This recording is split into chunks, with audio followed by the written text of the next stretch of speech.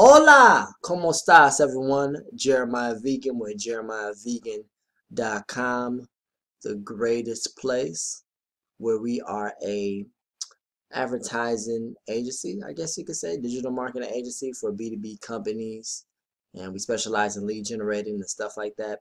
I wanted to do a very quick video because I've been getting a lot of subscribers as of lately because my videos are starting to rank according to YouTube's algorithm now. So I wanted to try to be at least somewhat active when it comes to these videos. I particularly don't like doing videos for myself anymore, but I do like providing information if people are watching. So if you enjoy this kind of content, if you looked at some of my old videos, just make sure that you continue to support by commenting, interacting. Let me know that you're watching.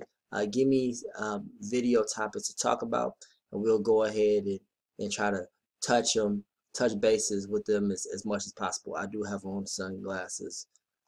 That's just my style. So, alright, today we're going to make a quick video on how to start a telemarketing agency with staff under $500, and really any type of agency um, with staff, okay? Here's another thing. You don't necessarily have to know how to do certain things to start an agency. You just have to know where to go, alright? And the first thing that you start with, the angle that I believe that you can start with, and the angle that I'm taking for my company is white labeling. Okay? If you're not familiar with white labeling, let me break it down to you. Okay? White labeling is when you are selling another brand, service, or product as your own. For example, Bob wants to start a web design company but does not have the experience or time to provide the service himself. Bob then goes and go on to a freelance based website, and he finds a company that does the type of services that he's looking to sell.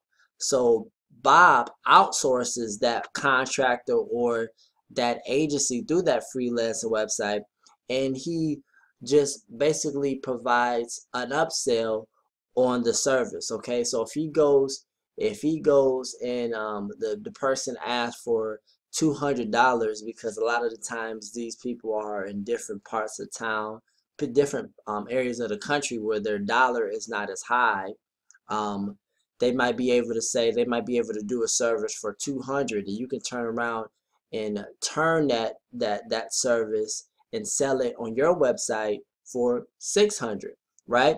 And then once they go on your website, they inquire, you have all of the systems in place to take their information, just like a regular company. You can just then forward the work to your freelancer.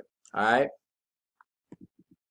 So here are some websites that I came across on this article posted on, what is it? Nyrob.com, ryrob.com, something like that. I'll have the link in the description below this video if you're watching this on YouTube, if you want to go check this article out. But they basically have a list of all of the freelance websites. And what this means for you is that you could outsource different services based on what these people have on their platform, what these companies have, what kind of freelancers or agencies they have on their platforms. Okay, so Fiverr is really popular, right? You can a lot of times get really inexpensive people.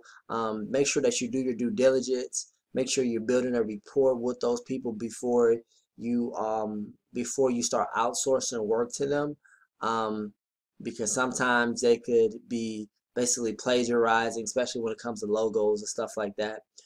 Find out what type of service you want to sell, particularly in the B2B niche, and then you can use Fiverr to kind of outsource your work to. Okay, just do your due diligence. All right. Upwork is a popular one that you just outsource work to. I never used this one, but they have Cloud Peeps, search and hire talented independent professionals.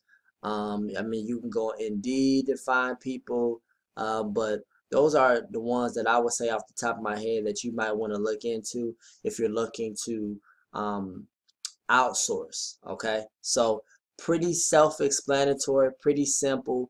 All you have to do is pretty much offer a service, and offer a service. You don't have to spend a whole lot of money, because what you're doing is you're just advertising the services on your platform, right? So you probably have to do, you can be creative as far as how you market and how you get your clients.